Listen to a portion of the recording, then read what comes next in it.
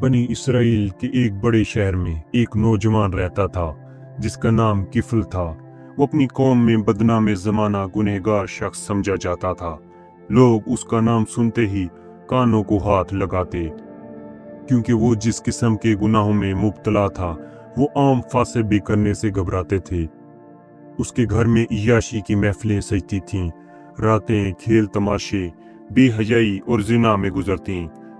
उसके दरवाजे पर कभी मस्कीन नहीं आया जिसकी मदद की हो, और ना कभी गरीब की फरियाद उसको नरम पड़ी हो। जवानी की ताकत, दौलत की फरामानी और शैतान की पैरवी ने उसके दिल को सख्त और जिंदगी को गुनाहों से भर दिया था। एक दिन शाम के वक्त जब शहर पर अंधेरा फैलने लगा तो एक लड़की उसके दरवाजे पर आई, और वो इंतहाई हसीन और खूबसूरत थी, मगर उसके चेहरे पर गुर्बत की थकन नुमायां थी। किफल ने अपनी आदत के मुताबिक उसे देखा तो बदनीयती दिल में पैदा हुई।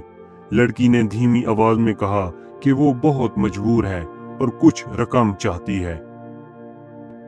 किफल ने फौरन शर्त रखी कि अगर वो उसके साथ गुनाह करने पर आमादा हो जाए तो उसे 70 दिनार देगा। ये रकम उस जमाने में बहुत बड़ी दौलत थी।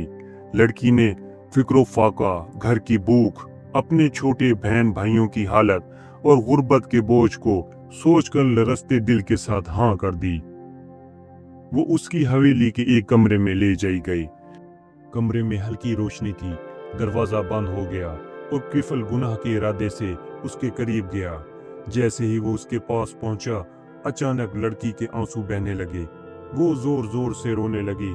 किफल ने पूछा, तुम क्यों रो रही हो? क्या मैंने तुम्हारे साथ कोई जबरदस्ती की है? लड़की ने रोते हुए कहा, नहीं, लेकिन ये अल्लाह की नाफरमानी है। मैंने कभी ऐसा गुनाह नहीं किया। आज गुर्बत मुझे इस मकाम तक ले आई है। अगर मजबूर ना होती तो मैं कभी ये काम ना करती, अपनी इज्जत ना बेचती। इस जुमले ने किफल के दिल पर ऐसा असर किया जैसे किसी ने एक पत्थर को चीर कर अंदर कोई आग की चिंगारी फेंक दी हो। वो लड़की के रोने में अल्लाह का खौफ महसूस करने लगा। वो सोचने लगा कि ये मजबूर लड़की गुनाह से डर रही है, जबकि वो खुद सालों से गुनाहों में डूबा हुआ है और कभी उसने अल्लाह की नाफरमानी पर कोई परेशानी महसूस नहीं की। ये वो लम्हा था जब उसकी जिंदगी बदल गई। वो फौरन खड़ा हुआ और कपकपाती आवाज में बोला, उठो, तुम यहाँ से चली जाओ। मैं तुम्हें 70 दिनार वैसे ही दे देता हूँ। मैं तुम्हें गुनाह में नहीं डालूंगा। अल्लाह तुम पर आसानी करे। लड़की हैरानी से उसे देखने लगी।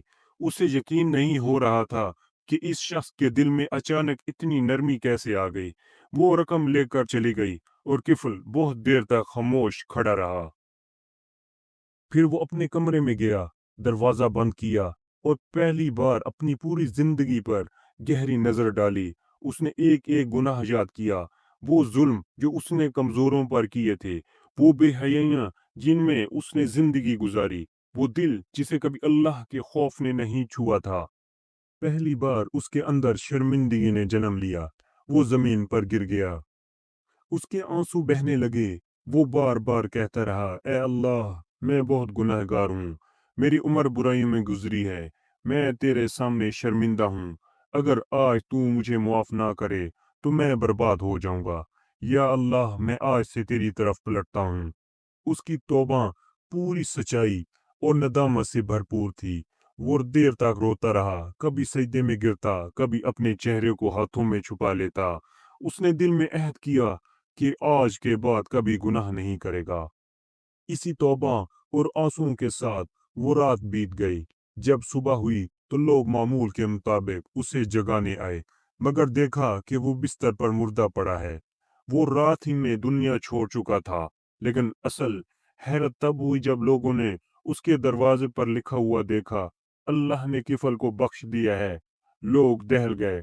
वो शख्स जो कल तक बदनाम जमाना गुनहगार था, आज अल्लाह की मगफरत पाकर दुनिया से रुखसत हो चुका था।